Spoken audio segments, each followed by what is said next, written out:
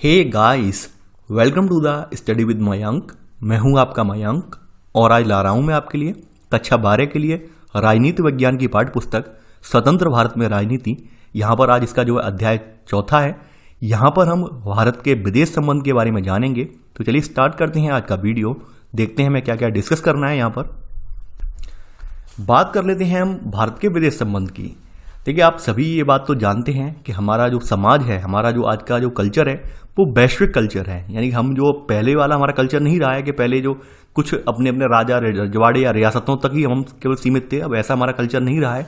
आज पूरा जो हमारा समाज है वो वैश्वीकृत समाज बन चुका है, यानी ग्लोबलाइज बन चुका है। यानी हमारी जो जड़ें हैं, हमारा जो व्यापार है, हमारी जो संस्कृति है, कल्चर है, वो कहीं ना कहीं दूसरे देशों के साथ भी जुड़ा हुआ है। तो ऐसे में जो विदेश संबंध है वो एक अहम भूमिका निभाते हैं हमारे कल्चर को जो है समृद्ध बनाने में, हमारे कल्चर को स्ट्रांग बनाने में, साथ ही साथ देश की इकोनॉमी को भी स्ट्रांग बनाने में विदेश संबंध एक अहम भूमिका निभाते हैं।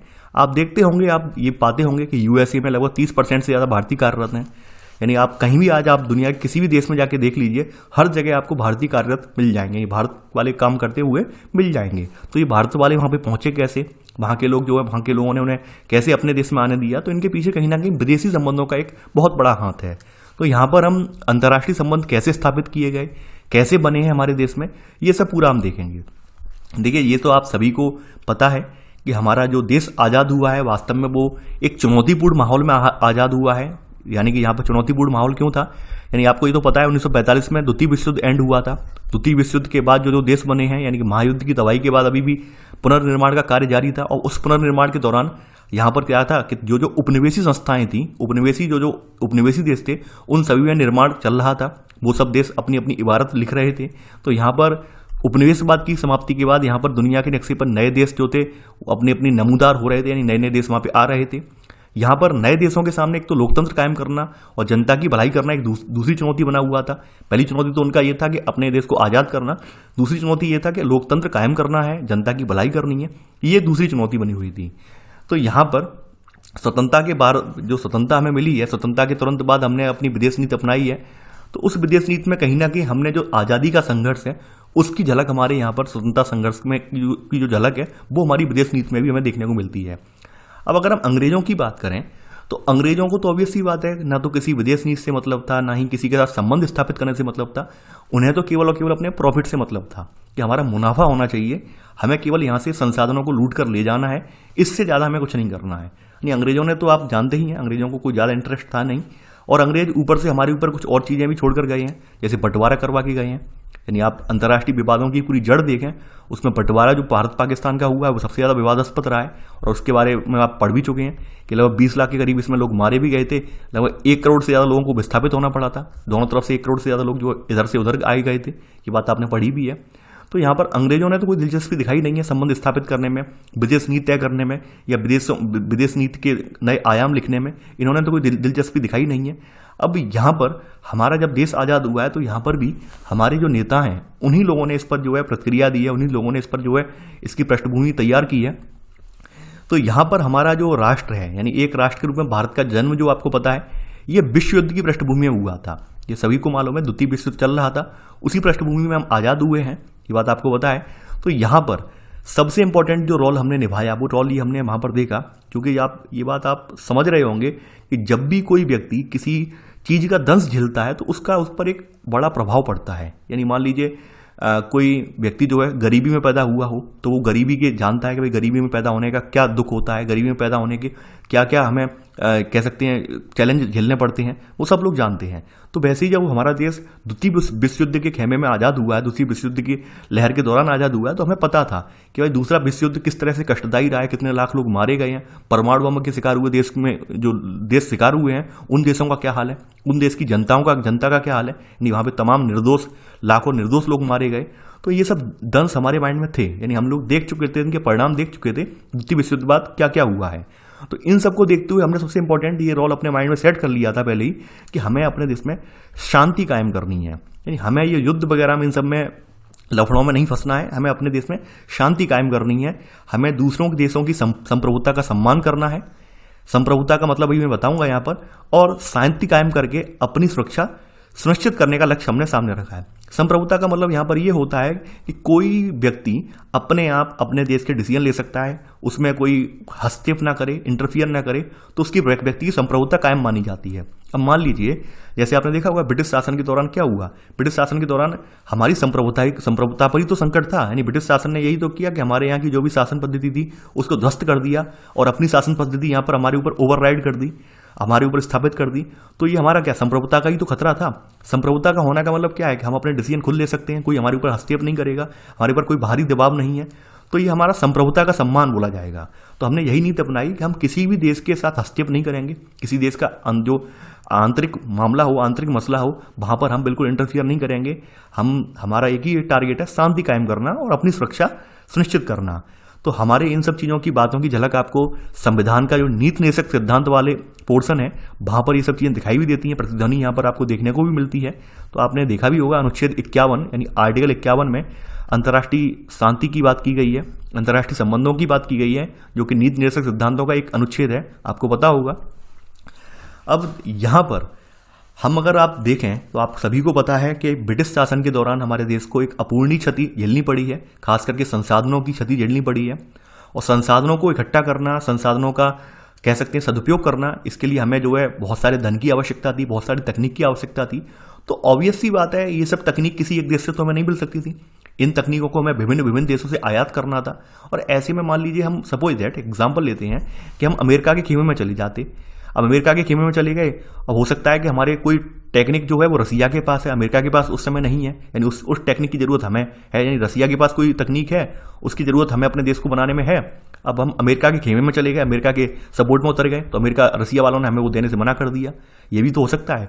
तो हमने क्या किया कि भाई हम किसी के खेमे में नहीं गए, हम अपने एकदम तटस्थ रहे, यानी कि हम अमेरिका वालों के लिए भी भले बने रहे और रसिया वालों के लिए भले बने रहे, किसी के ज़्यादा फेवर में नहीं गए, क्योंकि हमें मालूम था हमें अपने देश का निर्माण करना है। यानी कि यहाँ पर वही लिखा है, विकासशील देशों के पास अंतर्राष्ट्रीय व्यवस्था के भीतर अपने सरोकारों को पूरा करने के लिए जरूरी संसाधनों का अभाव होता है। तो यहाँ पर ये लोग क्या करते हैं, ये लोग बड़े चढ़े देशों की अपेक्षा सीधे साधे लक्ष्यों को अपने लेकर अपनी विदेश नीति तैयार करते हैं। क्यों करते हैं? क्योंकि बात यह है उन्हें हर किसी की जरूरत है। यानी हमारा देश जब आज़ाद हुआ था, हमारे देश के निर्माण के लिए, चाहे वो किसी भी सेक्टर का निर्माण हो, चाहे हमारे यहाँ की घरेलू अर्थव्यवस्था का निर्माण हो या कृषि सेक्टर का निर्माण करना हो, या फिर हमें अपने भारी उद्योगों की बुनियाद रखनी हो, उन सब के लिए संसाधनों की जरूरत तो थी, टेक्नोलॉजी की भी जरूरत भी थी। तो अगर मान लीजिए हम किसी एक देश के ऊपर निर्भर होकर रह जाते और हो सकता है उस देश के पास वो टेक्नोलॉजी नहीं होती जिसकी हमें जरूरत है, तब क्या होता? तब यही होता कि हम कुछ कर ही नहीं सकते थे। तो हमने इन सब चीज़ों को भांपते हुए अपनी नीति ऐसे तैयार की जिससे हम किसी एक के फेवर में नहीं गए, सभी के फेवर में चले गए। यानी कि हम सबसे इंपॉर्टेंट अपने नीति में हमने एक चीज़ रखी कि अपने पड़ोस में अमन चैन कायम रहे, विकास होता रहे, यानी हम भी जियो और जीने दो वाली, यानी कि जो बुद्ध का सिद्धांत है, जियो और जीने दो, किसी को फालतू में डिस्टर्ब मत करो, खुद भी जियो दूसरों को भी जीने दो। तो यहाँ पर वही चीज़ हमने अपनाई। तो यहाँ पर विकासशील देशों में सबसे बड़ी बात यह होती है शुरुआत में ही कि ये आर्थिक और सुरक्षा की दृष्टि से ताकतवर देशों पर निर्भर होते हैं। ऑब्वियस सी बात है, क्योंकि विकासशील देशों को संसाधनों की आवश्यकता होती है, तकनीकी आवश्यकता होती है, इसलिए इन्हें ताकतवर देशों के आगे घुटने टेकने पड़ते हैं और इसी वजह से इनकी विदेश नीति पर भी असर पड़ता है। तो यहाँ पर द्वितीय विश्व युद्ध के दौरान तुरंत बाद के दौर में जो जितने भी ताकतवर विकासशील देश थे, इन्होंने ताकतवर देशों की मर्जी को ध्यान में रखकर अपनी विदेश नीति बनाई थी।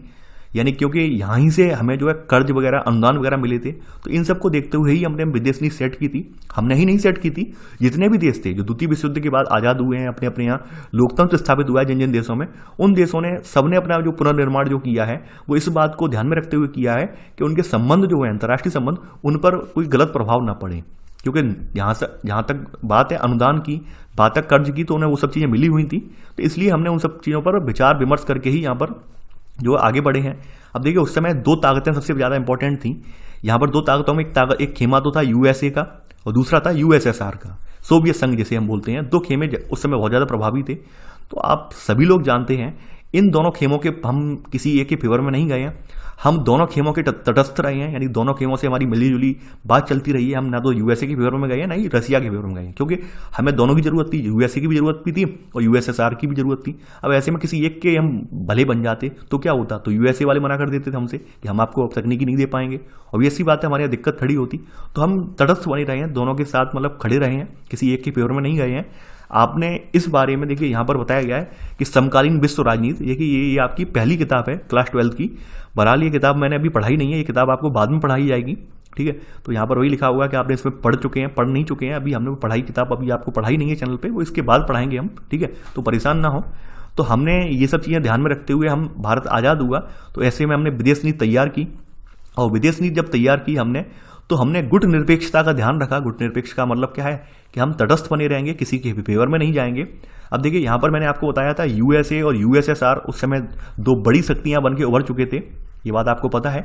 इनके मध्य आपको पता होगा कि जो संकट क्रिएट हुआ था 1961-62 का, जो आपका मिसाइल संकट, क्यूबा की मिसाइल संकट क्रिएट हुआ था, जहां पर सोवियत संघ ने जो क्यूबा में अपनी परमाणु मिसाइलें रख दी थी। उसके बाद लग रहा था तृतीय विश्व छिड़ जाएगा, इस तरह के संकट क्रिएट हुए थे।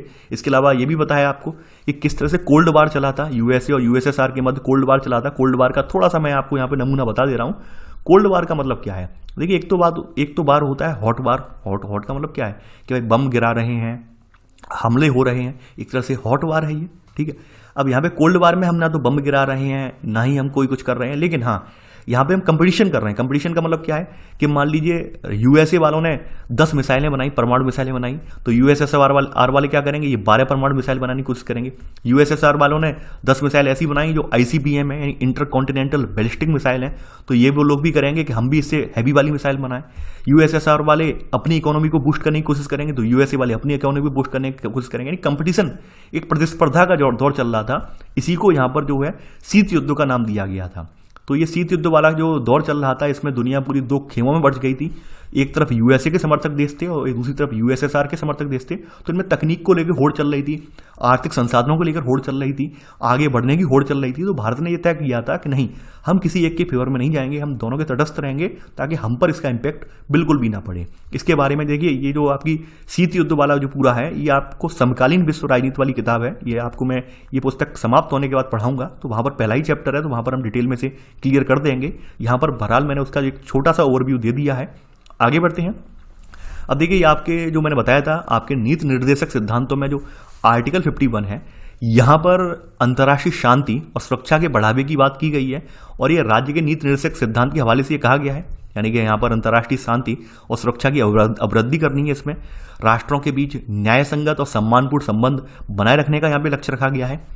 संगठित लोगों के एक दूसरे के व्यवहारों में अंतर्राष्ट्रीय विधि और संधि बाध्यताओं के प्रति आदर बढ़ाने का यहाँ पे बात रखी गई है। यानी कि जो इंटरनेशनल संधियां वगैरह होती हैं, इंटरनेशनल ट्रीटी वगैरह होती हैं, उनके प्रति सम्मान बना रहे। तो ये सब बातें यहाँ पे कही गई हैं। यानी कि यहाँ पर विवाद वगैरह है, उनका मध्यस्थ तरीके से कोई विवाद जो उनका निपटारे की बात की गई है। तो यानी हमारे यहाँ जो शांति है, यानी जो पीस की बात की गई है, अंतर्राष्ट्रीय शांति की बात की गई है, अनुच्छेद 51 में की गई है। ये काफी बार पूछा गया है कि हमारे भारतीय संविधान में किस अनुच्छेद के तहत अंतर्राष्ट्रीय शांति की बात की गई है। ये अनुच्छेद 51 के तहत की गई है, और ये अनुच्छेद जो है आपका नीति निर्देशक सिद्धांतों में आता है। ये बात आपको पता होनी चाहिए, काफी बार पूछा गया है प्रश्न, खास करके एक दिवसीय एग्जाम में और पीसीएस एग्जाम में। अब देखिए, गुट निरपेक्षता की नीति। गुट निरपेक्ष का मतलब यही होता है कि हम किसी भी गुट में शामिल नहीं होंगे। गुट निरपेक्ष का मतलब यही है कि हम किसी भी गुट में शामिल नहीं होंगे, और इसके बारे में अभी मैं आपको जस्ट अभी 2 मिनट पहले बता चुका हूं गुट निरपेक्षता के बारे में। तो गुट निरपेक्षता से हम लोग कैसे बचे, यहाँ पर देखिए, गुट निरपेक्षता के बारे में वैसे डिटेल में वहां पर ही बताया गया इस किताब में, जो आपकी पहली किताब है इसकी क्लास 12 की, तो वहां पर बताया गया। लेकिन यहाँ पर भी मैं थोड़ा बता दे रहा हूँ गुट निरपेक्षता से हम कैसे बचे हैं। हम ऐसे बचे हैं, आपको ये तो पता होगा कि द्वितीय विश्व युद्ध के बाद ब्रिटेन या फिर और भी यूरोप की जो ताकतें थी कमजोर पड़ चुकी थी, और उन्हें अपने उपनिवेश छोड़ने पड़ रहे थे। तो ऐसे करके जो उपनिवेश वो छोड़ रहे थे, वहां पर स्वतंत्र राष्ट्रों का उदय हो रहा था, ये बात आपको पता है। तो यहाँ पे वही है कि पूरी दुनिया में उपनिवेशवाद और साम्राज्यवाद के विरुद्ध संघर्ष चल रहे थे। भारतीय राष्ट्रीय आंदोलन भी इसी संघर्ष का एक हिस्सा था, ये सभी पता है आपको। और खास करके एशिया और अफ्रीका के मोस्टली जितने देश हैं, एशिया अफ्रीका के जितना मोस्टली जो पार्ट है, उन सभी में उपनिवेश बने हुए थे। और वो जैसे जैसे आज़ाद होते जा रहे थे वो लोग, वैसे वैसे वहाँ पर जो है सत्ता स्थापित होती जा रही थी, वहाँ पर जो है लोकतंत्र कायम होता जा रहा था।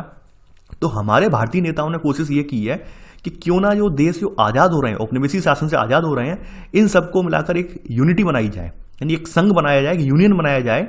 और हम ये यूनियन बनाकर ये बात यहाँ पर कहें कि भाई हमारे जो उद्देश्य हैं वो साझे उद्देश्य हैं, हमारी जो प्राथमिकताएं साझी प्राथमिकताएं हैं। हम तो युद्ध वगैरह या फिर हम जो कह सकते हैं गुटबंदी वगैरह इसमें शामिल अभी नहीं होंगे। सबसे पहले अपने राष्ट्रों का निर्माण करेंगे, यही हमारी प्राथमिकता होगी। तो हमने ये बात, हमारे नेताओं ने पहले ही बात डिसाइड कर ली। तो हम ऐसा करते हैं, यहाँ पर एशिया अफ्रीका के जो देश आज़ाद हो रहे हैं उनको अपने साथ जोड़ लेते हैं। तो इससे ये होगा कि हम अपनी बात जो है, जो भी यूएसएसआर में कोल्ड वार छिड़ा हुआ है, उनसे ये कह पाएंगे भाई हम अभी हमें अपना देश का विकास करना है, हमें आपकी लड़ाई झगड़े में नहीं पड़ना है, झमेले में नहीं पड़ना है। तो ऐसे करके हमारे नेताओं ने ये बात डिसाइड की है। तो यहाँ पर वही है कि आज़ादी मिलने से पहले भी भारत के राष्ट्रीय जो नेता हैं वो दुनिया के अन्य उपनिवेशों से मुक्ति संग्राम चला रहे नेताओं के संपर्क में ये थे इस बात को लेकर। यानी ऐसा नहीं है कि हमारे देश के नेता नहीं थे। खास करके नेताजी सुभाष चंद्र बोस का नाम आपको पढ़ा ही होगा। इन्होंने दूसरे विश्व युद्ध के दौरान INA यानी इंडियन नेशनल आर्मी का गठन किया था, ये बात आपको पता है। और ये इंडियन नेशनल आर्मी अपने देश में नहीं की थी गठन, दूसरे देश में गठन किया था। तो दूसरे देश में आर्मी गठन करने का मतलब क्या था कि उस देश का समर्थन प्राप्त था इन्हें।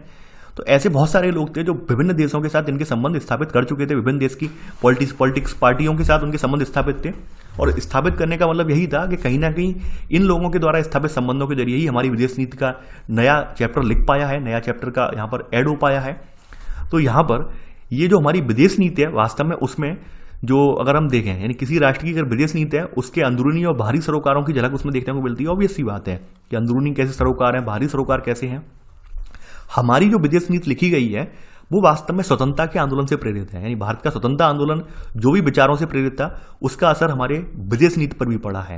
यानी हमारी विदेश नीति में भी खास करके इसका असर पड़ा है, क्योंकि हमने एक गुलामी का, एक परतंत्रता की बेड़ियों का एक लंबा जो है यहाँ पर कह सकते हैं दंश झेला है। एक लंबा समय तक हम जो है दूसरों के जो अधीन रहे हैं, तो वो उस चीज़ का अनुभव हमें पता था।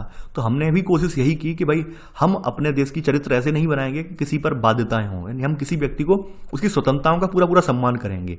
तो यही रीजन है, आपने देखा होगा कि आज तक के इतिहास में भारत ने किसी भी देश पर आगे से आक्रमण नहीं किया है, ये आप पढ़ते होंगे।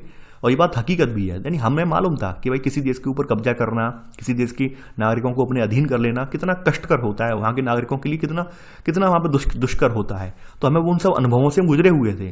तो हमारे अगर हम विदेश नीति में भी देखें तो हमारी विदेश नीति में भी इन सब विचारों, इन सब आदर्शों की बात देखने को मिलती है। आपको ये तो पता ही है, मैंने बताया है कि भारत जब आज़ाद हुआ उस समय कोल्ड वार चल रहा था, यानी शीत युद्ध चल रहा था। तो समकालीन विश्व राजनीति वाली किताब है, यहाँ पर आप पढ़ चुके हैं। पढ़ने का मतलब क्या है, अभी हमने पढ़ा नहीं है, हम आगे पढ़ लेंगे। तो यहाँ पर वही सब खेमे बताए गए। एक खेमा जो है USA वाला खेमा, USSR वाला खेमा, और तीसरा खेमा जो बना, यानी कि ये वही था। इस दौर में संयुक्त राष्ट्र संघ भी अस्तित्व में आया था और यहाँ पर परमाणु हथियारों का निर्माण हो रहा था। इसके साथ साथ चीन में कम्युनिस्ट शासन की स्थापना भी हुई इस समय। ये सब चीज़ें बताई गई हैं। यहाँ पर आगे बढ़ते हैं। अब देखिए यहाँ पर सबसे इंपॉर्टेंट जो भूमिका देखने को मिली है वो नेहरू जी की देखने को मिली है। देखिए यहाँ पर अब मैं आपको फिर से बता दूं, अभी मैं आपका यहाँ पर मेरा कोई अपना निजी अभिप्राय नहीं है, लेकिन वास्तव में हकीकत यही है। कुछ लोग जैसे वर्तमान में अभी परिस्थितियां जो भी चल रही हैं, आप देख रहे होंगे राजनीतिक उठापटक, राजनीतिक जो है आरोप प्रत्यारोप का दौर चल रहा है। और देखिए ऐसा नहीं है कि दौर अभी चल रहा है, दौर हमेशा से चल रहा है। राजनीतिक उठापटक हमेशा चलेगी, दौर हमेशा चलेगा। यानी आप ऑब्वियस सी बात है, पार्टियां आती हैं जाती हैं तो एक दूसरे पर आरोप प्रत्यारोप लगाती हैं कि फलानी पार्टी ने क्या किया, फलानी पार्टी ने क्या किया, वो पार्टी रही तो ऐसा हो गया, वो पार्टी रही ऐसा हो गया। बहरहाल सब कुछ होता है, सब कुछ आरोप प्रत्यारोप लगते हैं। लेकिन ये बात हम अगर बिल्कुल नकार नहीं सकते हैं कि जो पार्टी होती है कुछ करती नहीं है। हर पार्टी अपना कुछ ना कुछ करती जरूर है। तो ऑब्वियस सी बात है, उस समय कांग्रेस पार्टी प्रभुत्व में थी, तो कांग्रेस पार्टी का एक बड़ा ही अहम योगदान भी रहा है। विदेश नीति की भूमिका तय करने में कांग्रेस पार्टी का एक अहम योगदान रहा है। अहम योगदान क्यों रहा है? आपने पूर्ववर्ती अध्याय में, कल वाले अध्याय में आपने ये पढ़ा था कि हमारे देश में भी बहुत सारे तबके थे, बहुत सारे जो है गुट बने हुए थे। कोई कम्युनिज्म को फेवर कर रहा था, कोई समाजवाद को फेवर कर रहा था, कोई ये था कि नहीं दक्षिणापंथ को फेवर कर रहा था, कोई वामपंथ को फेवर कर रहा था। लेकिन कांग्रेस एक ऐसी पार्टी थी जो इन सब गुटों को समेटे हुए थी अपने आप में। मेरी बात आपने कल भी पढ़ी थी, आज भी बोल रहा हूं। वहां पर कांग्रेस उस समय ऐसी पार्टी थी जो किसी एक आदर्श से प्रेरित नहीं थी, वो सभी के गुटों को समेटे हुए थी अपने आप में। यानी साम्यवादी भी थे उसी में, समाजवादी भी उसी में थे, दक्षिणापंथी, वामपंथी, उग्रवादी या फिर क्रांतिकारी वगैरह सब उसी में ही थे। इन सब बातों को सबको साथ में लेकर चल रही थी। यानी कितनी भी उठापटक हो सबको साथ में लेकर चल रही थी। तो अब ऐसी बात थी कि कांग्रेस जो थी मध्यमार्गी उदारवादी पार्टी थी। यानी कांग्रेस की विचारधारा भी मध्यमार्गी उदारवादी रही है, किसी का अतिवाद वहां पर नहीं रहा है। तो यहाँ पर जवाहरलाल नेहरू ने सबसे निर्णायक भूमिका यहाँ पर तय की है। जवाहरलाल नेहरू हमारे देश के पहले प्रधानमंत्री के साथ साथ विदेश मंत्री भी थे उस समय ये। और ये जो है 1946 से लेकर 1964 तक उन्होंने विदेश नीति की रचना की है। इसका एक अहम असर पड़ा है यहाँ पर, यहाँ पर अच्छा खासा असर पड़ा है। यानी नेहरू की जो विदेश नीति है इसके 3 खास उद्देश्य थे। पहला ये था कठिन संघर्ष से प्राप्त संप्रभुता को बचाए रखना। यानी कहने का मतलब क्या है, कठिन संघर्ष से प्राप्त संप्रभुता का मतलब क्या है, यानी कि हमने अंग्रेजों से आज़ादी लेने में हमने जो लगभग 200 साल संघर्ष किया है, अब भारत में कोई ऐसी स्थिति क्रिएट ना हो कि हम फिर से किसी के गुलाम बन जाएं। कहने का मतलब समझ रहे होंगे आप। यानी हमने जो 15 अगस्त 1947 को आज़ादी ली है, अब ऐसा ना हो कि भविष्य में कोई और देश आके हम पे शासन करना लग जाए। तो हमें कठिन संघर्ष से प्राप्त हमारी संप्रभुता है, इसको हमें बचाए रखना। इसके अलावा क्षेत्रीय अखंडता को बनाए रखना। ये क्षेत्रीय अखंडता का मतलब क्या है, आप सभी को पता है कि हमारे यहाँ 565 जो है रियासतें थी, उनका विलय हुआ है। इसके अलावा तमाम स्टेट थे जिनमें बहुभाषी लोग रह रहे थे, सबके अलग अलग कल्चर थे, सब अलग अलग, कोई विभिन्न धर्मों के हिमायती भी यहाँ पर रहने वाले लोग थे। तो उन सबको हमने एकता के सूत्र में पिरोया था। आपने ये भी देखा है कि यहाँ पर सरदार वल्लभ भाई पटेल की एक अहम भूमिका रही है सबको एकता के सूत्र में बांधने की। तो लोगों ने तमाम टीका टिप्पणी भी की थी, लोगों ने जो आलोचनाएं भी की थी, देखो भारत ज़्यादा दिन तक भारत का लोकतंत्र टिक नहीं पाएगा, भारत का टुकड़े टुकड़े हो जाएंगे, भारत का हाल भी अफ्रीका जैसा होगा। लेकिन हम लोगों ने अपनी जो क्षेत्रीय अखंडता है, क्षेत्रीय एकता है, उसको बनाए रखा है। हमारे यहाँ जितनी विविधता है, विविधता को हमने अपने लिए एक चिंता का विषय नहीं माना, हमने विविधता को अपने लिए एकता का विषय माना। नहीं, हमारे लिए चिंता की बात नहीं थी विविधता होना, हमने हमने विविधता को हमने संजोया, यानी हमने उस विविधता को संजो के रखा, खत्म नहीं होने दिया, संजो के रखा। यही कारण है कि हमारी क्षेत्रीय अखंडता और मजबूत हुई। क्षेत्रीय अखंडता हमारी खत्म नहीं हुई बल्कि और मजबूत हुई। क्षेत्रीय अखंडता खत्म कब होती, खत्म ऐसे होती, मान लेते हैं एक एग्जाम्पल लेते हैं, जब हिंदी को राजभाषा बनाने की बात चल रही थी और उस समय ही गवर्नमेंट में जो उत्तर भारतीय लोग थे वो ये कहते कि नहीं, हम केवल हिंदी की बात सुनेंगे, किसी और की बात नहीं सुनेंगे। तो ऑब्वियस सी बात है, जो आंदोलन चल रहा था साउथ में वो और ज़्यादा मुखर हो जाता और कह सकते हैं साउथ वाला हिस्सा हमसे अलग भी हो जाता। लेकिन चूंकि हमारे नेता जो थे बड़े विवेकपूर्ण व्यक्ति थे, सब सारे नेता, उन्होंने विचार विमर्श किया, उन्होंने पाया कि हम जो पहले से लड़ झगड़ के आज़ादी हासिल किए हैं और फिर से उसी लड़ाई झगड़े में इन्वॉल्व हो जाएं, उससे बेटर ये है कि हम अपनी जो क्षेत्रीय लोगों की भिन्नताएं हैं उसको संजोए रखें। तो इस वजह से हमारी क्षेत्रीय अखंडता जो है हमारी बनी रही है। इसके अलावा हमने तेज रफ्तार से आर्थिक विकास करना। आप सभी ने कल पढ़ा है कि हमने दूसरी पंचवर्षीय योजनाओं में तेज रफ्तार यानी कि भारी उद्योगों का जो है खाका खींचा है, क्योंकि भारी उद्योगों से ही हमारी इकोनॉमी जो है आगे बढ़ पाती, भारी उद्योगों से ही हमारे यहाँ जो है आर्थिक विकास का लक्ष्य जो हम प्राप्त कर पाते। तो हमने तेज रफ्तार से आर्थिक विकास को भी हमने यहाँ पर ध्यान में रखा है। तो ये नेहरू की विदेश नीति के 3 बड़े उद्देश्य उस समय यही थे। तो यहाँ पर आप देखेंगे, जैसा कि मैंने आपको पहले ही बताया था इस पैराग्राफ की स्टार्टिंग में, ये कांग्रेस पार्टी की मध्यमार्गी पार्टी थी, उदारवादी पार्टी थी और कांग्रेस पार्टी लगभग सभी विचारधाराओं का निचोड़ निकाल के आगे चल रही थी। यानी कि उस समय कुछ पार्टियां ऐसी भी थी जो ये मान रहे थे अमेरिकी खेमे में नज़दीकी बढ़ानी चाहिए। खास करके डॉक्टर BR अम्बेडकर इस बात के बहुत ज़्यादा पैरोकार थे कि अमेरिका के साथ खड़े होना चाहिए। कुछ साम्यवादी यानी कम्युनिज्म वाले जो थे वो ये चाह रहे थे कि भाई कि भारत विदेश नीति अमेरिका के पक्ष में बनाए, यानी कुछ साम्यवादी पार्टियां भी चाह रही थी। जनसंघ पार्टी इसकी प्रमुख समर्थक थी कि जनसंघ भी कह रहा था कि भाई अमेरिका के फेवर में जाओ। कुछ लोग ये थे कि नहीं USSR के फेवर में जाओ। तो सबकी नीतियों को सुनने के बावजूद भी नेहरू ने यानी कि पूरा उस समय की जो पार्टी थी उस पार्टी ने पूरा डिसीजन लिया। उसने कहा नहीं, हम किसी के समर्थन में नहीं जाएंगे, किसी के हम अपोजिशन में नहीं जाएंगे, हम बिल्कुल साइड में खड़े रहेंगे और सबसे पूरा भाईचारा बना के रखेंगे। तो उसका आप यहाँ पे परिणाम आप देख भी रहे होंगे। तो हमारे नेहरू ने यहाँ पर क्या किया, नेहरू जी ने 2 खेमों से दूरी, यानी 2 खेमों का मतलब क्या है, 2 खेमे यहाँ पर USA है और USSR है। तो हमने इनसे दूरी मेंटेन की। जैसे कोरोना में हमने 2 गज दूरी वाला कॉन्सेप्ट है कि 2 गज दूरी मेंटेन करो, तो वैसे ही कोरोना वाली दूरी हमने यहाँ पर भी मेंटेन कर ली। खैर उस समय कोरोना नहीं था, एग्जाम्पल ले रहा हूँ मैं केवल। तो हमने दोनों खेमों से दूरी बनाई है। नहीं, हम लड़ाई झगड़े में नहीं पड़ेंगे। हम शांतिपूर्ण विश्व का सपना, हमारा जो है आज़ाद भारत की विदेश नीति में शांतिपूर्ण विश्व का सपना है। हम शांतिपूर्ण विश्व के लिए यानी कि हम जो है, भारत ने शीत युद्ध से उपजे तनाव को कम करने की कोशिश की। संयुक्त राष्ट्र के संघ के शांति अभियानों में अपनी सेना भी भेजी इन सब चीज़ों को करने के लिए। यानी संयुक्त राष्ट्र संघ का जो शांति अभियान है इसमें अपनी उन्होंने सेना वगैरह भी भेजी है। आप देखेंगे कि शीत युद्ध के दौरान जो है जो संगठन है, जैसे आपका USA वाला संगठन है, तो अमेरिका के शीत युद्ध के दौरान क्या हुआ है, उत्तर अटलांटिक संधि संगठन बना है, नाटो बना है। सोवियत संघ ने अपना जो है वार्सा पैक्ट बना दिया है। इसी के जवाब में, नाटो के जवाब में सोवियत संघ ने वार्सा बना दिया है। तो इस तरह का कोल्ड वार में सब चीज़ें हुई हैं। यानी कोल्ड वार का मतलब यही था कि अमेरिका कुछ कर रहा था, उसके बाद रसिया भी कुछ ना कुछ करेगा। अमेरिका ने 4 मिसाइल बनाई तो रसिया वाले 8 मिसाइल बनाएंगे। अमेरिका ने किसी जगह का अधिग्रहण कर लिया तो रसिया वाले भी उसके निकटवर्ती जगह का अधिग्रहण करेंगे। तो ये सब चल रहा था कोल्ड वार के दौरान। तो यहाँ पर शीत युद्ध के दौरान जो है अमेरिका ने जो है नाटो बनाया है, उत्तरी अटलांटिक संधि संगठन बनाया है, तो वहीं सोवियत संघ ने जो है वार्सा पैक्ट के नाम से संधि संगठन बना लिया है। वहीं उसी समय एक घटना और घटित हुई है, एक घटना ये घटित हुई है कि 1956 में ब्रिटेन ने स्वेज नहर को हथियाने के लिए मिस्र पर आक्रमण कर दिया है।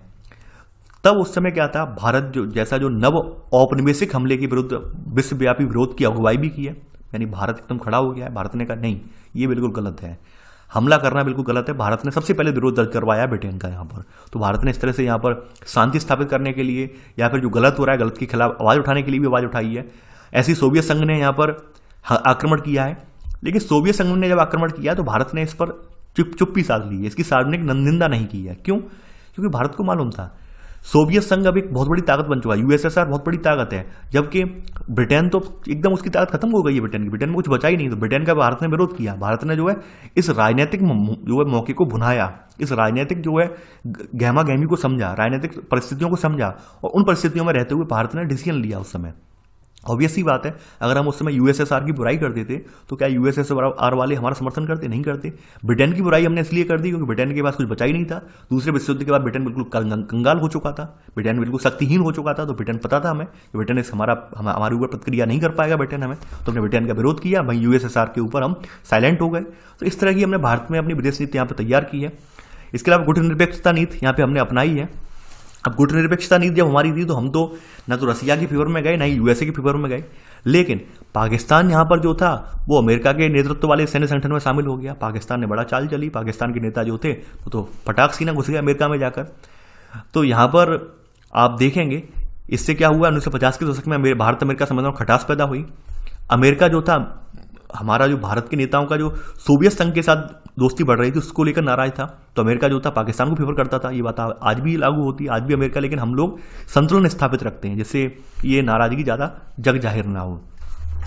तो इन सब के बावजूद हमने भारत ने नियोजित विकास की रणनीति अपनाई, इसके बारे में आप पहले ही पढ़ चुके हैं। और यहाँ पर सबसे पहला हमारा टारगेट यही था कि हम आयात को कम करेंगे, चाहे आयात कोई भी हो, भारी उद्योगों के लिए सामान का आयात हो, खाद्यान्नों का आयात हो। सबसे पहला हमारा टारगेट ये था आयात को कम करना है, यानी इंपोर्ट को कम करना है। अपने यहाँ से हमें एक्सपोर्ट को बढ़ावा देना है, निर्यात को बढ़ावा देना है, आयात को कम करना है। तो हमने निर्यात के मामले में हमने हमारी जो प्रगति शुरुआत में बहुत सीमित थी, तो यहाँ पर शुरुआत में हमारे यहाँ आपको पता होगा सीमित क्यों थी। सीमित इसलिए थी क्योंकि हमारे यहाँ ज़्यादातर अर्थव्यवस्था का जो कहा जाए निगमन गवर्नमेंट के हाथ में था। तो गवर्नमेंट ने बहुत ज़्यादा वहाँ पर अपने देसी उद्योगों को बचाने के लिए बहुत ज़्यादा टैक्स वगैरह लगा रखे थे, बहुत ज़्यादा यहाँ पर कह सकते हैं प्रतिबंध लगा रखे थे। तो इस वजह से हमारा अंतर्राष्ट्रीय बाजार से बिल्कुल कटाव हो रखा था, हम अंतर्राष्ट्रीय बाजार से लोग कटे हुए थे। तो इस वजह से हमारे यहाँ से निर्यात वगैरह भी ज़्यादा नहीं होता था। ऐसे करके हमारी इकोनॉमी जो थी वर्ल्ड इकोनॉमी से कनेक्ट नहीं हो पा रही थी, विश्व इकोनॉमी से कनेक्ट नहीं हो पा रही थी। तो इस बात को लेकर हमारे यहाँ खामियाजा भी उठाना पड़ा है। और 1991 में हमने जो है एलपीजी अप्रोच भी लेकर आए हैं इसको बदलने के लिए। इसके बारे में पहले भी चर्चा कर चुके हैं, यहाँ पर इसका ज़्यादा कोई रोल नहीं है। आगे बढ़ते हैं। अब जैसा कि मैंने आपको ऊपर बताया था गुटनिरपेक्ष नीति में ही कि कुछ देश जो थे हमारे साथी आज़ाद हुए थे, तो उनके साथ हमने क्या किया।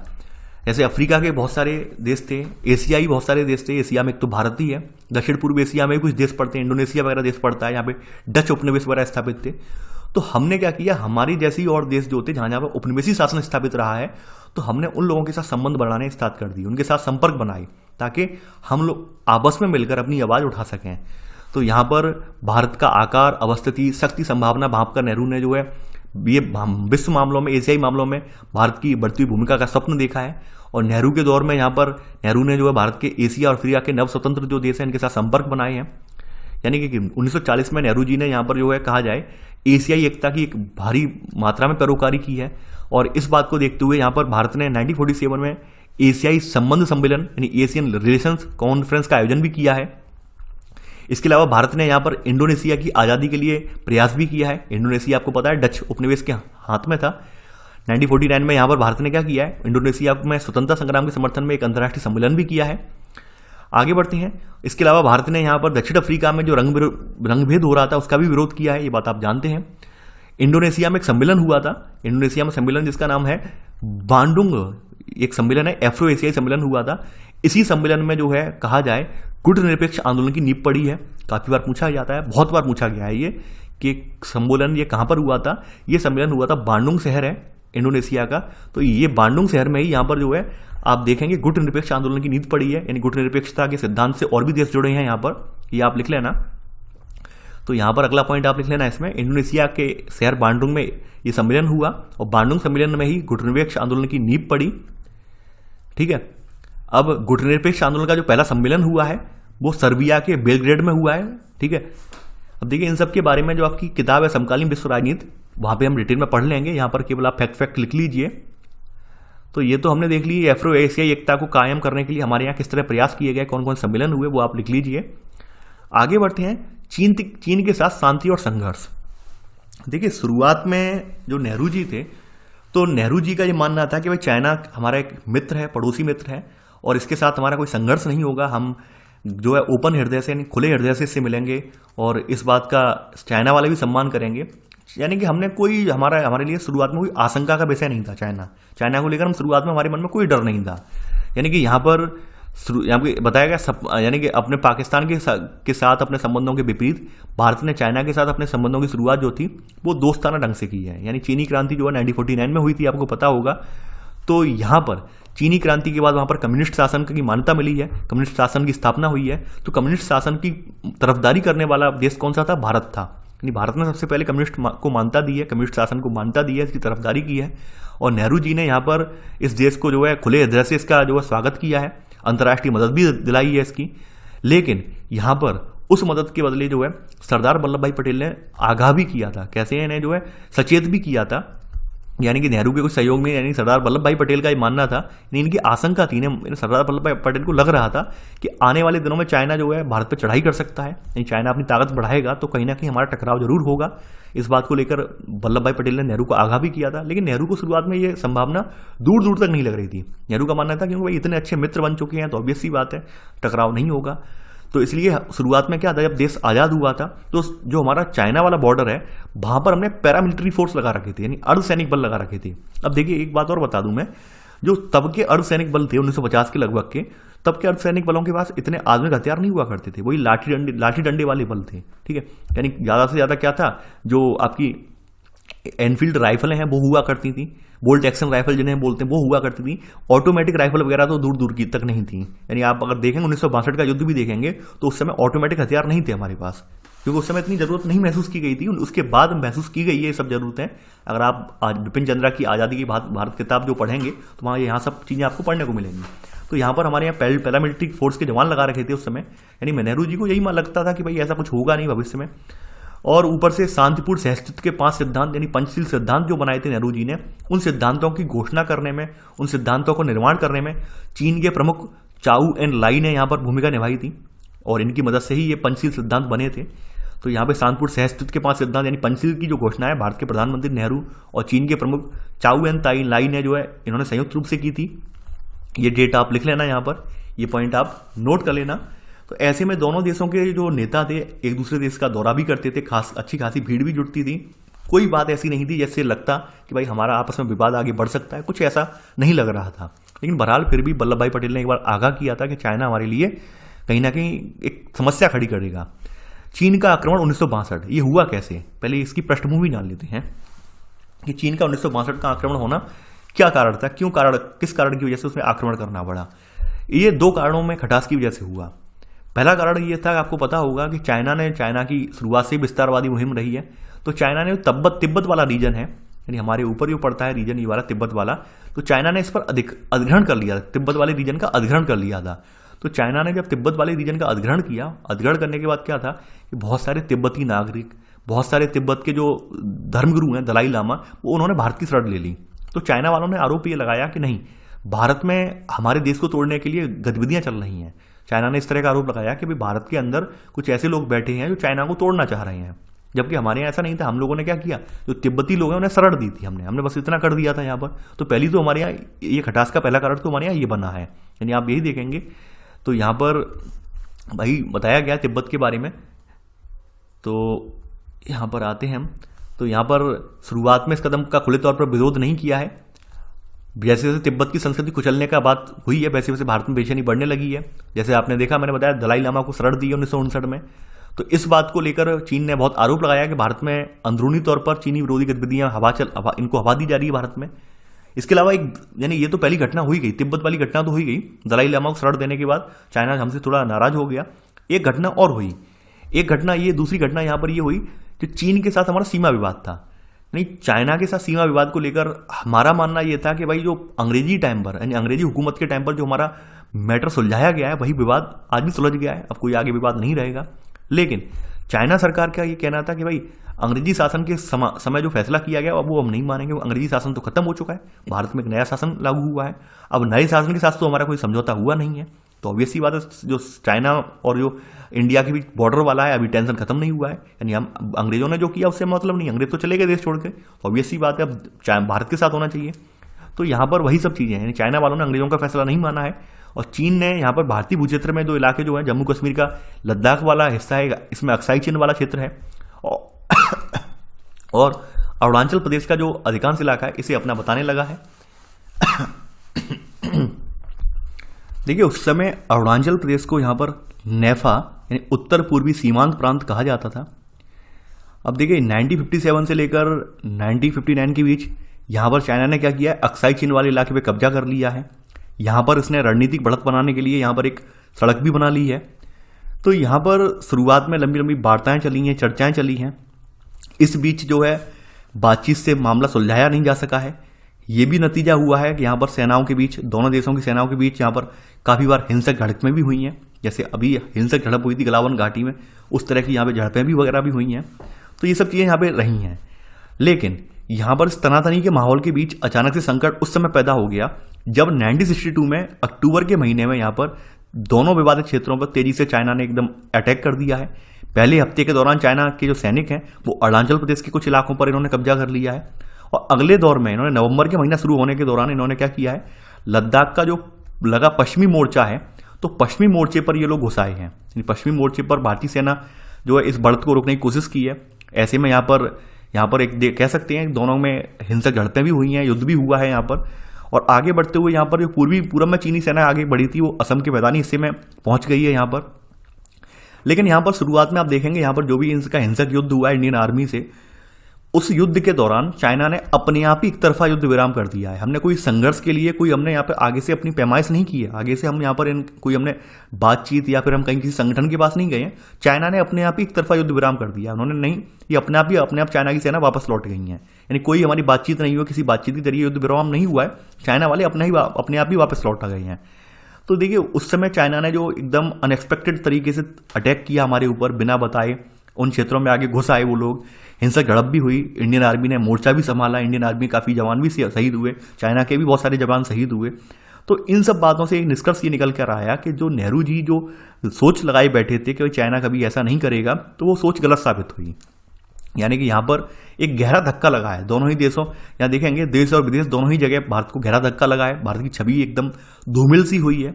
और भारत ने इस संकट से उबरने के लिए, अब संकट से उबरने का मतलब क्या था, मैंने आपको पहले ही बताया था चैप्टर की स्टार्टिंग में कि जब हमारा 1962 का युद्ध हुआ था तब हमारे यहाँ ऑटोमेटिक हथियार नहीं थे, हमारे पास ऑटोमेटिक हथियार बहुत सीमित मात्रा में थे, क्योंकि हमारे यहाँ इतनी हमने इस टेंशन का हमें अनुमान ही नहीं था कि इतना बड़ा कोई विवाद हो सकता है, इतना बड़ा विवाद हो सकता है।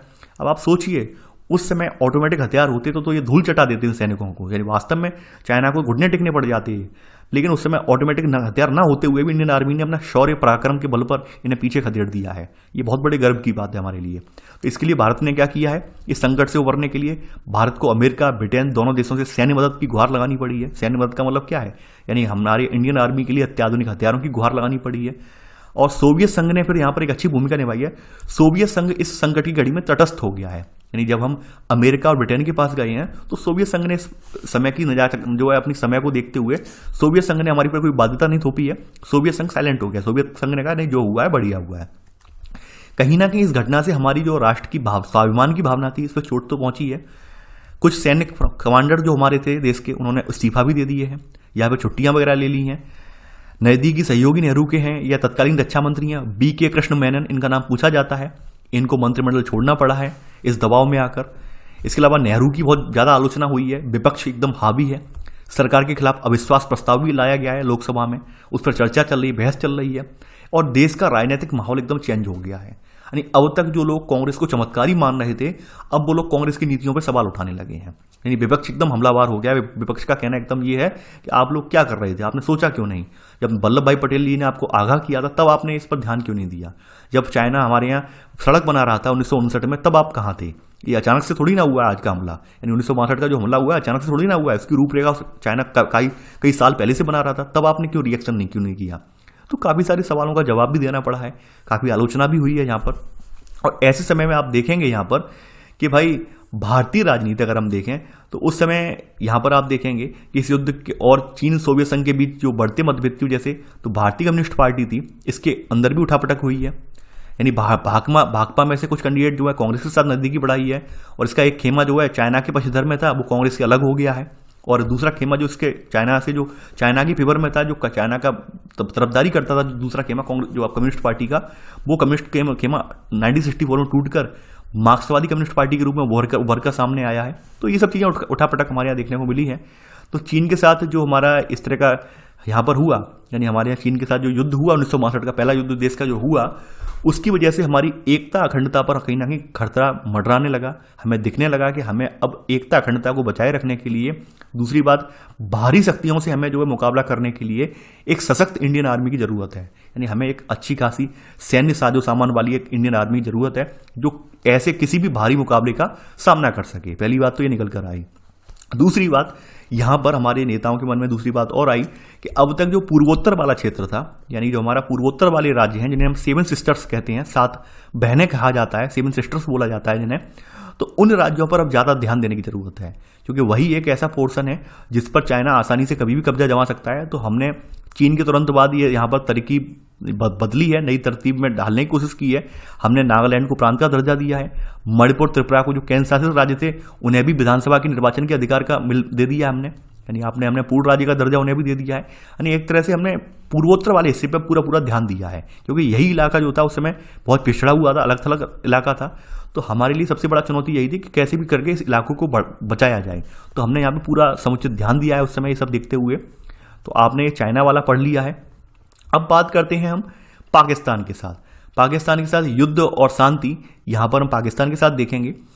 देखिए, पाकिस्तान के मसले पर आप ये बात जानते हैं, कश्मीर को लेकर हमारा जैसे ही पाकिस्तान का बंटवारा हुआ है, कश्मीर को लेकर हमारा विवाद तुरंत गहरा गया है।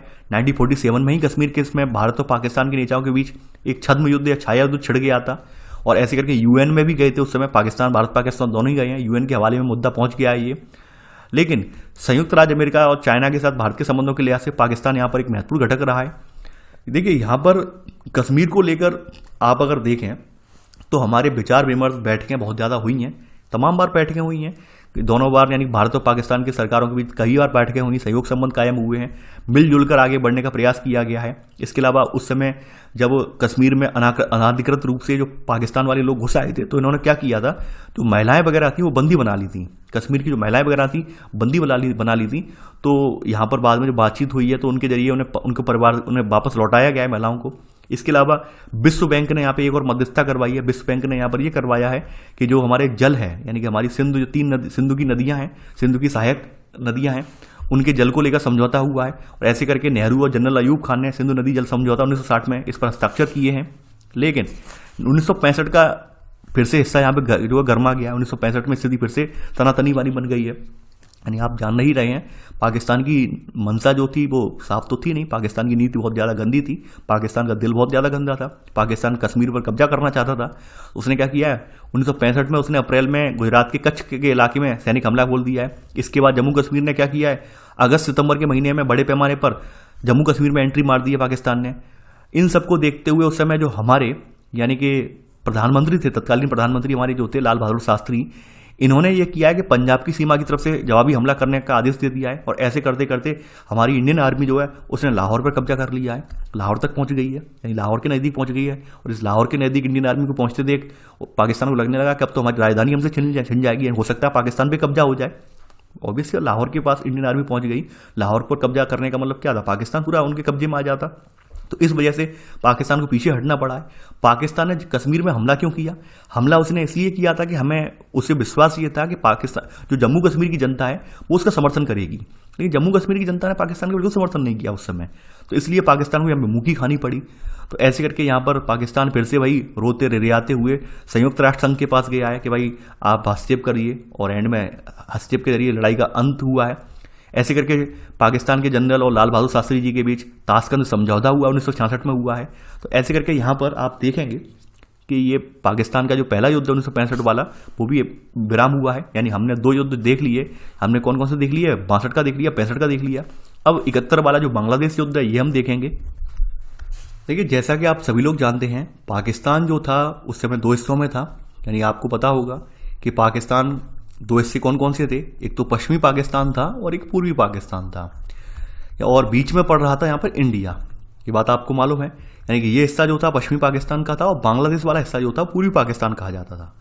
तो ऑब्वियस सी बात है, अगर हम प्रशासनिक रूप से देखें तो दोनों जो क्षेत्र थे, अलग अलग क्षेत्र थे, इनके बीच में प्रशासनिक रूप से भी यहाँ पे सामंजस्य स्थापित करना बड़ा कठिन था। पहली बात तो ये बात स्पष्ट है। दूसरी बात, यहाँ पर राजनीतिक कारण भी कुछ ऐसे बने जिनकी वजह से ये अलग होना पड़ा है। अब चूंकि बांग्लादेश वाले लोग मोस्टली क्या बोलते थे? बंगाली भाषा बोलते थे।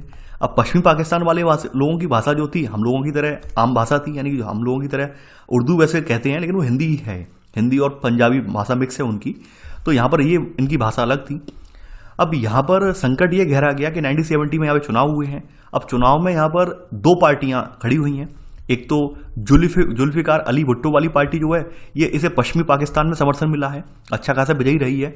जबकि मुजीबुर रहमान वाली पार्टी है आवामी लीग, इसे यहाँ पे बांग्लादेश में अच्छा खासा समर्थन मिला है, यानी पूर्वी पाकिस्तान में अच्छा खासा समर्थन हासिल किया है। लेकिन यहाँ पर अब वही दिक्कत क्रिएट हो गई। अब ये लोग तो आवामी लीग वाले चाह रहे थे कि हमारी सरकार बने, अब ये पश्चिम वाले लोग चाह रहे थे हमारी सरकार बने, यानी हमारी सरकार बनेगी तो हम इस पर भी कब्जा कर पाएंगे। ये चाह रहे थे हमारी सरकार बन जाएगी तो हम इस पर कब्जा कर पाएंगे। यहाँ पर स्थिति स्पष्ट नहीं हुई। यहाँ पर स्थिति स्पष्ट इसलिए नहीं हुई क्योंकि पश्चिमी पाकिस्तान वाले लोग जो थे वो हमेशा बांग्लादेश के साथ दोयम दर्जे का व्यवहार करते थे, एकदम भेदभाव वाला व्यवहार करते थे। तो खास करके लोग इस चीज़ को एक्सेप्ट नहीं कर पा रहे थे। तो पाकिस्तान के शासक भी इस जनादेश को स्वीकार नहीं कर पाए। पाकिस्तान के शासकों का मानना यही था कि जुल्फिकार अली भुट्टो वाली पार्टी भी पूरी पाकिस्तान में जीतेगी, लेकिन ऐसा नहीं हुआ। तो स्थिति यहाँ पर बड़ी विस्फोटक बन गई। यानी यहाँ पर एक अपना एक दल अलग जीत गया है, यहाँ पर एक दल अलग जीत गया है। अब देश एक ही है। तो ऐसे में ये दल ये चाह रहा है कि यहाँ पर हमारा स्वतंत्र शासन कायम हो, ये चाह रहे हैं कि नहीं ऐसा बिल्कुल ना हो। तो यहाँ पर आगे बढ़ते बढ़ते क्या हुआ है, पाकिस्तानी सेना ने 1971 में शेख मुजीब को यहाँ पर गिरफ्तार कर लिया है और पूर्वी पाकिस्तान पे जो सैन्य बल की ताकत पर जुल्म ढाने स्टार्ट कर दिए हैं। तो पाकिस्तानी जनता ने भी मोर्चा खोल दिया है, पाकिस्तान के खिलाफ मोर्चा खोल दिया है। अब देखिए यहाँ पे भारत को कैसे इसमें इन्वॉल्व होना पड़ा। भारत को ऐसे इन्वॉल्व होना पड़ा जिस समय पश्चिमी पाकिस्तान की जो आर्मी थी वो पूर्वी पाकिस्तान के लोगों को टॉर्चर कर रही थी, उन पर जुल्म ढा रही थी। तो उस जुल्म के डर से तमाम लोग जो थे भारत में घुस आए थे। यानी भारत में लगभग 80 लाख शरणार्थियों का बोझ उस समय वहन करना पड़ा था। अब भारत को एक बड़ी टेंशन लग रही थी। भारत को टेंशन एक तो बात ये लग रही थी कि भाई अगर पाकिस्तान हमारा अभी तो 2 तरफ है, 2 तरफ रहेगा तो हमें दोनों तरफ लड़ना पड़ेगा पाकिस्तान से। अगर एक तरफ ही रहेगा तो कम से कम एक साइड में ही हम लड़ेंगे इससे। तो लोग भारत को टेंशन ये भी थी कि पाकिस्तान को टुकड़े पाकिस्तान के कर दें तो हमारा केवल एक दुश्मन रह जाएगा। दूसरी बात ये है कि भाई ये बांग्लादेश वाला हमारा ऊपर से अलग से बोझ पड़ रहा है, ये बोझ भी खत्म हो जाएगा। तो ऐसे करके भारत ने भी यहाँ पर क्या था, भारत ने भी इसमें दिलचस्पी दिखाई है। भारत ने बांग्लादेश के मुक्ति संग्राम को नैतिक समर्थन और भौतिक सहायता दी है। पाकिस्तान ने आरोप लगाया है कि भाई भारत जो है पाकिस्तान को तोड़ने की कोशिश कर रहा है, लेकिन बहरहाल भारत ने पूरा समर्थन दिया है। पाकिस्तान को अमेरिका और चीन ने भी मदद की है। अब देखिए 1960 के दशक में अमेरिका, चीन, इन तीनों लोगों ने मिलकर एक संबंध स्थापित कर लिया है। यानी इन्होंने क्या किया है कि एशिया में सत्ता के समीकरण के नए रूप तैयार हो रहे हैं। यहाँ पर अमेरिका के राष्ट्रपति हैं रिचर्ड निक्सन, इनके एक सलाहकार हैं जिनका नाम है हेनरी किसिंजर। इन्होंने 1971 में पाकिस्तान का दौरा किया है और चीन का भी दौरा किया है। तो इस बात को लेकर इंडिया वाले बड़े सचेत हो गए। इंडिया वालों को लगने लगा कि तो ट्रायोलॉजी बन रही है, अमेरिका पाकिस्तान चीन की ट्रायोलॉजी बन रही है। तो ऐसे में क्या हुआ, इंडिया वाले भी पहुंच गए कहां पर, सोवियत संघ के पास। वो इसलिए पहुंच गए कि उन्होंने देख लिया, मौके की नजाकत देखते हुए उन्होंने देख लिया कि मान लीजिए पाकिस्तान के समर्थन से यहाँ पर अमेरिका के समर्थन से यहाँ पे पाकिस्तान या चाइना हमला कर देते हैं, उस समय ऐसा तो कोई होना चाहिए जो हमारे ऊपर हाथ रख दे, हमारे ऊपर सैन्य सहयोग दे। तो हम लोगों ने यहाँ पर सोवियत संघ से यहाँ पर 1971 में एक शांति और मित्रता की 20 वर्षीय संधि पर हमने दस्तखत कर दिए हैं। तो यहाँ पर हमें आश्वासन ये मिल गया है कि भाई किसी सूरत में अभी पाकिस्तान या चाइना का हमला होगा तो उस सूरत में हमें सोवियत संघ सैन्य सहायता जो है मुहैया करवाएगा। ऐसे करके वो घड़ी भी यहाँ पर आ गई। 1971 में एक युद्ध फिर छिड़ गया, यानी हम तीसरा युद्ध हमारे यहाँ फिर छिड़ गया है। तनाव और सैन्य तनातनी के बीच एक युद्ध छिड़ गया है, यानी कि यहाँ पर पाकिस्तान ने अपने फाइटर प्लेन वगैरह हैं पंजाब और राजस्थान पर हमले कर दिए हैं। उसकी सेना जो है जम्मू कश्मीर में घुसाई है। जवाबी कार्रवाई ने हमारी भारतीय वायुसेना, नौसेना, थल सेना ने अपने पश्चिमी पूर्वी मोर्चे पर अच्छी खासी कार्रवाई की है। खास करके यहाँ पर हमारी इंडियन आर्मी ने अपना शौर्य पराक्रम दिखाया है। इसने पूर्वी पाकिस्तान में तेजी से आगे बढ़ी है और आगे बढ़ने पर भारतीय सेना ने ढाका को 3 दिन के अंदर अंदर कवर कर लिया है और 3 दिन के अंदर ढाका को जैसे ही घेरा है वैसे ही यहाँ पर 90,000 पाकिस्तानी सैनिकों को आत्मसमर्पण यानी घुटने टेकने पड़े हैं। अब देखिए यहाँ पर एक बात आप समझ लीजिए, इतिहास का सबसे बड़ा आत्मसमर्पण यही है 1971 वाला। आप समझ रहे होंगे इंडियन आर्मी ने वो एक इतिहास रचा है कि इतिहास का सबसे बड़ा जो समर्पण है ये 90,000 सैनिकों का समर्पण है। यानी आप अगर गूगल करके देखेंगे, इतिहास पढ़ेंगे तो पता चल जाएगा दुनिया का सबसे बड़ा समर्पण है ये, यानी पाकिस्तान के लिए सबसे बड़ा कलंक है ये। पाकिस्तान के 90,000 सैनिकों ने आत्मसमर्पण किया है, समझ रहे हैं आप। तो यहाँ पर ऐसे करके 90,000 पाकिस्तानी सैनिकों ने आत्मसमर्पण किया है और ऐसे करके बाद में 3 जुलाई 1972 को इंदिरा गांधी ने जुल्फिकार अली भुट्टो के साथ शिमला समझौता किया है। तो ऐसे करके अमन की बहाली हुई है, यानी इन लोगों की रिहाई की गई है। तो ये सब चीज़ें हुई हैं। यहाँ पर आगे बढ़ते हैं। बहरहाल अब यहाँ पर चूंकि इंदिरा गांधी यहाँ पर एक फिर से उभरती हुई नेता के रूप में निकल कर आई, इंदिरा गांधी ने यहाँ पर शांति जो है बहाल की है, बांग्लादेश नाम का एक नया देश बनाने में मदद की है इंदिरा गांधी ने। तो इंदिरा गांधी की छवि में यहाँ पे 4 चांद लग गए हैं, यानी उन्हें 1971 के लोकसभा चुनाव में विजय मिल गई है। इसके अलावा यहाँ पर भारत ने एक अच्छा खासा प्रयास भी किया, अपने सीमित संसाधनों के दम पर एक नियोजित विकास की योजना पर भी यहाँ पे कदम बढ़ाया है। बहरहाल भारत को 3 युद्धों को झेलना पड़ा है, 1962 का झेलना पड़ा है, 65 का झेलना पड़ा है और 71 का भी झेलना पड़ा है। तो इन युद्धों के होने की वजह से भारत को अब किस पर ध्यान देना पड़ा? भारत को रक्षा व्यय पर अब फोकस करना पड़ा।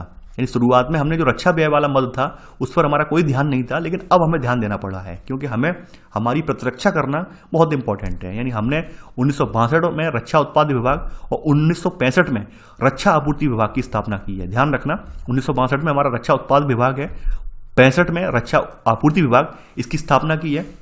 और अब जो पंचवर्षीय योजनाएं बन रही थी उन पंचवर्षीय योजनाओं में हमने जो धन है उसकी थोड़ी कटौती की है। उस धन को हमने अब रक्षा के लिए, डिफेंस के लिए, प्रतिरक्षा के लिए बचा के रखा है ताकि भविष्य में ऐसा कोई भी युद्ध आए उस युद्ध से निपटने के लिए हमारे पास साजो सामान हो। तो हमारे यहाँ ये अब नीतिगत परिवर्तन हुआ है, ठीक है। तो यहाँ पर और देखिए एक बात और मैं बताऊं, जो चौथी पंचवर्षीय योजना आपने देखी होगी, तीसरी पंचवर्षीय योजना 1961-66 में आई है। चौथी पंचवर्षीय योजना कायदा के साथ 67 में आनी चाहिए थी। चौथी पंचवर्षीय योजना नहीं आ पाई है। क्यों नहीं आ पाई है? क्योंकि 61-66 वाली परियोजना जो थी आपकी, 65 का युद्ध चल रहा था, 65 का युद्ध होने की वजह से चौथी पंचवर्षीय योजना नहीं तैयार हो पाई थी। तो ये बाद में 1969 में लागू हुई है। युद्ध की वजह से ये इसका टाइम बढ़ गया है। ये पूछा जाता है, अक्सर पूछा जाता है कौन सी पंचवर्षीय योजना पर युद्ध का असर पड़ा था, तो वो चौथी पंचवर्षीय योजना थी, 1969 में लागू की गई थी। तो ऐसे आप देखेंगे किस तरह से हमारे यहाँ रहा है। अब ये तो चीजें आपने यहाँ पर देख ली। अब इसके अलावा हम देखेंगे भारत की परमाणु नीति। परमाणु का मतलब जानते होंगे कि हमने जो न्यूक्लियर टेस्ट किए उसका क्या मतलब है। भारत का जो पहला परमाणु विस्फोट है वो 1974 में हुआ था। परमाणु परीक्षण हमने कर लिया था। शुरुआत में हमारे यहाँ परमाणु कार्यक्रम की हमारे यहाँ शुरुआत जो थी 1940 के दशक में ही हमारे यहाँ होमी जहांगीर भाभा के निर्देशन में हो चुकी थी। भारत ने स्थिति बड़ी स्पष्ट कर दी थी कि हम परमाणु ऊर्जा बनाना चाहते हैं, यानी हम अणु ऊर्जा का प्रयोग करना चाहते हैं। हम अणु ऊर्जा का इस्तेमाल खतरनाक हथियार बनाने में नहीं करेंगे, बल्कि हम अपने देश में जो स्वच्छ ऊर्जा बनाने के लिए इसका इस्तेमाल करेंगे। भारत ने ये बात पहले ही स्पष्ट कर दी थी। नेहरू जी जो थे वो परमाणु हथियारों के खिलाफ थे। इन्होंने महाशक्तियों पर व्यापक निरस्त्रीकरण पर भी जोर दिया था इन्होंने। और साम्यवादी जो शासन वाला चीन है, चाइना ने 1964 में जब न्यूक्लियर टेस्ट किया है, परमाणु परीक्षण किया है, तो उसके बाद हमारे भारत पर भी दबाव बढ़ गया था। तो आप ऑब्वियस सी बात है, अंतर्राष्ट्रीय जो बिरादरी है, अंतर्राष्ट्रीय परमाणु बिरादरी, वो तो बिल्कुल चाहते ही नहीं थे कि कोई और देश परमाणु संपन्न बन पाए। जैसे अंतर्राष्ट्रीय बिरादरी में अगर देखें, यूएसए था, सोवियत संघ था, ब्रिटेन, फ्रांस, चीन, इनके पास जो था स्थायी सुरक्षा परिषद के स्थायी कैंडिडेट भी थे। और 1968 में परमाणु अप्रसार संधि ये थोपना चाहते थे अन्य देशों पर, जिन देशों पर थोपना चाहते थे जहाँ पे परमाणु शक्ति संपन्न नहीं है। इसके जरिए तो ये क्या करना चाहते थे, इसके जरिए ये करना चाहते थे कि ये लोग तो परमाणु हथियार रख सकते हैं, बाद बाकी लोग हथियार नहीं रख सकते हैं। लेकिन भारत ने संधि पर दस्तखत नहीं किए हैं। भारत का कहना साफ साफ था कि भारत जो परमाणु शक्ति है इसका प्रयोग किसके लिए करेगा, साफ उद्देश्यों के लिए करेगा, यानी शांतिपूर्ण उद्देश्यों के लिए करेगा। जैसे आपने देख रहे होंगे जो आपके न्यूक्लियर पावर प्लांट है वो किसके लिए है, बिजली बनाने के लिए, बिजली उत्पादन के लिए है। तो हमने न्यूक्लियर पावर प्लांट का इस्तेमाल गलत थोड़ी ना कर रहे हैं, यानी परमाणु ऊर्जा का उपयोग हम एक सकारात्मक वे में कर रहे हैं यहाँ पर। तो भारत ने इस पर बिल्कुल दस्तखत नहीं किए। भारत ने यही कहा कि नहीं, हमें अपने यहाँ जो है ऊर्जा में बढ़ोतरी करनी है, परमाणु ऊर्जा से हम ऊर्जा बनाएंगे, बिजली बनाएंगे, तो हमें एक सकारात्मक काम के लिए करनी है।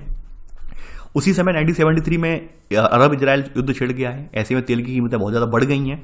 भारत में उस समय आर्थिक संकट भी गहरा गया है कुछ नीतियों की वजह से। तो हमारे यहाँ भारत में मुद्रास्फीति बहुत ज़्यादा बढ़ गई, इन्फ्लेशन हो गया है बहुत ज़्यादा, मुद्रास्फीति बहुत ज़्यादा हो गई है। तो बहरहाल ये सब चीज़ें आपको आगामी चैप्टरों में देखने को मिलेंगी। आगे हम बढ़ते हैं। भारत का एक तो देखिए, ये तो परमाणु नीति हो गई। परमाणु नीति का मतलब ये नहीं हो गया कि न्यूक्लियर मिसाइल की बात हो रही है। परमाणु का मतलब ये हो गया परमाणु ऊर्जा की बात हो रही है, क्योंकि परमाणु ऊर्जा का मतलब आप जान रहे होंगे, परमाणु का उपयोग दोनों जगह हो रहा है, मिसाइल में भी होता है और जो है स्वच्छ ऊर्जा बनाने में भी होता है, दोनों जगह होता है। तो शुरुआत में 1974 में परीक्षण जो हमारा किया गया है वो परमाणु ऊर्जा बनाने की बात हो रही है। जो आपके न्यूक्लियर रिएक्टर वगैरह है उनकी बात हो रही है यहाँ पर, समझ लीजिए आप, ठीक है। न्यूक्लियर रिएक्टर वगैरह चलाने के लिए उसके लिए परीक्षण हमने किया है यहाँ पर, ये आप समझ लीजिए, यहाँ पर कंफ्यूज मत होना। अब यहाँ पर था क्या, बाद में भारत को महसूस होने लगा है कि भाई जिस तरह से हमारे ऊपर ये लोग हावी होते जा रहे हैं, चाइना वाले जो है अपना परीक्षण करते जा रहे हैं, चाइना वाले अपने हथियार बढ़ाते जा रहे हैं, चाइना हम पे कभी अटैक कर सकता है, पाकिस्तान वाले भी अटैक कर सकते हैं, तो भारत को मजबूरी में आकर अपना जो है परमाणु परीक्षण करना पड़ा है। तो यहाँ पर भारत ने पहले परमाणु अप्रसार की तरफ ध्यान खींचा है, विरोध भी किया है कि भाई परमाणु बम वगैरह का अब जो है यहाँ पर प्रसार न किया जाए, यानी कि यहाँ पर भारत ने काफ़ी सारा विरोध दर्ज करवाया है। जो खास करके परमाणु संपन्न देश थे वो यही चाहते थे कि परमाणु हथियार केवल उनके पास बने रहें, अन्य देशों के पास नहीं रह पाएं, ये उनका मानना था। यानी कि परमाणु हथियारों से लैस जो देश थे उनकी जमात परमाणु शक्ति पर एकाधिकार को बेहतर दे रही थी, तो भारत इसका विरोध कर रहा था। 1995 में भारत ने परमाणु अप्रसार संधि पर अनियत काल के लिए बढ़ा दिया इन्होंने, तो भारत ने इसका विरोध किया और इस पर हस्ताक्षर करने से भारत ने बिल्कुल मना कर दिया। और अपने सैन्य उद्देश्यों की पूर्ति के लिए भारत ने जो है 1998 में परमाणु परीक्षण किया है। ध्यान रखना, सैन्य उद्देश्यों की पूर्ति के लिए हमने कब किया है, 1998 में किया है। इसके तत्काल बाद पाकिस्तान ने भी किया है। तो इन बातों से अंतर्राष्ट्रीय समुदाय काफी नाराज भी हुआ है, हमारे ऊपर बहुत सारे प्रतिबंध भी थोपे गए हैं। लेकिन भारत ने अपनी स्थिति स्पष्ट कर दी है। भारत ने सैद्धांतिक तौर पर कह दिया है कि हम परमाणु हथियार रखेंगे जरूर, लेकिन हथियारों का प्रयोग पहले नहीं करेंगे, और खास करके पहले नहीं करेंगे। इसके अलावा दूसरी बात और भारत ने क्लियर कर दी, हम परमाणु हथियारों का प्रयोग उन देशों के खिलाफ कभी नहीं करेंगे जिन देशों के पास परमाणु शक्ति संपन्न जो देश नहीं है। जैसे मान लीजिए नेपाल है, बांग्लादेश है, ये कोई परमाणु संपन्न देश थोड़ी ना है, तो हम इन पर परमाणु हथियार का प्रयोग कभी नहीं करेंगे। भारत ने अपने सैद्धांतिक तौर पर यह बात स्पष्ट कर दी। तो यहाँ पर फिलहाल फिर भी हम जो है परमाणु जो है शस्त्र है उनका प्रयोग पहले से कभी नहीं करेंगे। पहले हमारे यहाँ अगर अटैक हो जाएगा उसके बाद हम प्रतिक्रिया करेंगे, ये हमारे यहाँ की नीति है। तो विश्व राजनीति के बदलते परिप्रेक्ष्य बताए गए हैं, समीकरण बदलते बताए गए हैं, किस तरह से समीकरण बदले हैं, किस तरह से नया दौर स्टार्ट हुआ है वो भी बताया गया है। ये बात तो आपको पता है 1977 के बाद जो लोकसभा इलेक्शन में अब गैर कांग्रेसी सरकारें बनी है, मिलीजुली गठबंधनी सरकारें बनी है, तो ऑब्वियस सी बात है जो बदलाव है वो बदलाव तो आया होगा, नीतिगत सैद्धांतिक तौर पर बदलाव आया होगा। तो यहाँ पर शुरुआत में 1977 में जनता पार्टी की सरकार बनी है, इसने ये घोषणा कर दी है कि ये गुटनिरपेक्ष नीति का पालन यहाँ पर सच्ची तरह से किया जाएगा। यानी कि गुटनिरपेक्ष का मतलब क्या है कि सोवियत संघ के प्रति झुकाव जो हमारा पहले की कांग्रेस ने बहुत ज़्यादा झुकाव कर रखा था सोवियत संघ के प्रति, उतना झुकाव नहीं रहेगा। यानी कि और सारे लोगों का मानना ये था यहाँ पर कि अब अमेरिका के साथ नज़दीकी रिश्ते बनाए जाए, क्योंकि अमेरिका आर्थिक शक्ति उभरता हुआ आर्थिक शक्ति था, तो उनका मानना यह था टेक्नोलॉजी के मामले में, शक्ति के मामले में अमेरिका उभरता हुआ, तो अमेरिका के साथ संबंध बनाए जाएं। बहरहाल हमारे नेताओं ने प्रयास भी किया और अमेरिका के साथ हमारे संबंध स्थापित भी हुए 1990 के दौर में। 1990 के दौर में संबंध स्थापित जब हुए हैं तब तक सोवियत संघ भी जो था कहीं ना कहीं कम पड़ गया था, सोवियत संघ की भी इतनी ज़्यादा महत्ता नहीं रही थी। तो ऐसे करके भारत लगातार जो है अमेरिका के साथ भी संपर्क बढ़ाता रहा। इसके लिए भारत के शासक दलों की आलोचना भी हुई है। बहरहाल भारत का मित्र बना रहा, लेकिन 1990 के बाद इसका अंतर्राष्ट्रीय महत्व कम हुआ, तो भारत ने अमेरिका का समर्थन रणनीतियां भी अपनाई। ये सब चीज़ें आगे चलता रहा। भारत ने जो पाकिस्तान के साथ भी यहाँ पर मेल मिलाप बढ़ाने की कोशिश की है। जैसे आपने देखा होगा अटल जी ने रेल चलाई, ठीक है, बस चलाई, बस सेवा की शुरुआत हुई थी 1999 में। ये सब उपलब्धि रही है बहुत बड़ी। लेकिन हाँ, आप जानते हैं पाकिस्तान का हमेशा से जो है सोच अच्छी नहीं रही है, पाकिस्तान का जो दिल हमेशा से साफ नहीं रहा है। पाकिस्तान हमेशा से छद्म युद्ध में माहिर रहा है। आपने देखा होगा 1999 में पाकिस्तान ने फिर से युद्ध छेड़ दिया कारगिल वाला। तो ऐसे करके आप देखेंगे। बहरहाल हमने यहाँ चैप्टर में मेन जिसका ये की पॉइंट्स है वो अपने क्लियर कर लिए कि हमारी नीति क्या है, हमारा विजन क्या है, हमारी विदेश नीति में हमने क्या क्या तत्व निहित किए हैं, वो सारे हमने क्लियर कर लिए। तो आई होप आपको ये चैप्टर समझ में आ गया होगा। जैसा कि मैं आपको फिर से रिपीट कर रहा हूँ, जहाँ जहाँ पर की पॉइंट्स आए, जहाँ जहाँ पर इंपॉर्टेंट फैक्ट आए, आप उन्हें नोट कर लीजिए। आप ये बेट मत कीजिए कि मयंक सर यहाँ पर नंबरिंग डालेंगे या मयंक सर यहाँ पर बताएंगे पॉइंट नंबर 3 है, पॉइंट नंबर 4 है या इसका सब पॉइंट है। आप इसका बेट मत कीजिए। मैंने आपको पहले ही बोल चुका हूँ इस किताब में, व्याख्यान वाले लेक्चर में आपको खुद सचेत होना पड़ेगा। अब आप देखिए, आप खुद सोचिए, मैं आपसे बोल रहा हूँ, जब हम 6, 7, 8 में होते हैं तब हमें notes proper line by line हम जो है बच्चों को नोट्स बनवाते हैं। अगर हम क्लास वाइज अगर हम देखें, क्लास 6 का बच्चा ले लें, क्लास 7 का बच्चा ले लें, उसमें इतनी समझ नहीं होती है, तो हम क्या करते हैं, वहाँ पर बताते हैं उसे कि भाई ये फलाना नोट्स है, इसका पहला नंबर ये डाल लीजिए। अब आप लोग, ऑब्वियस सी बात है, जब मैं क्लास 6 से आपको पढ़ाते हुए आ रहा हूँ, अब मैं आपको 12th में ला चुका हूँ, तो आपको अब इतनी समझ आपके अंदर विकसित हो गई होगी कि हमें क्या नोट करना है, क्या नहीं करना है। ऑब्वियस सी बात है, क्लास 6 से आप क्लास 12th में पहुंच गए हैं, तो कुछ चीज़ें अपने विवेक से भी कर लिया कीजिए, ठीक है। तो आई होप आप लोगों को चैप्टर समझ में आया होगा, बहुत सारे कॉन्सेप्ट क्लियर हुए होंगे। तो आप लोग वीडियो को लाइक शेयर करना बिल्कुल ना भूलें। तो चलिए आज के लिए बस इतना ही। Thanks for watching. जय हिंद।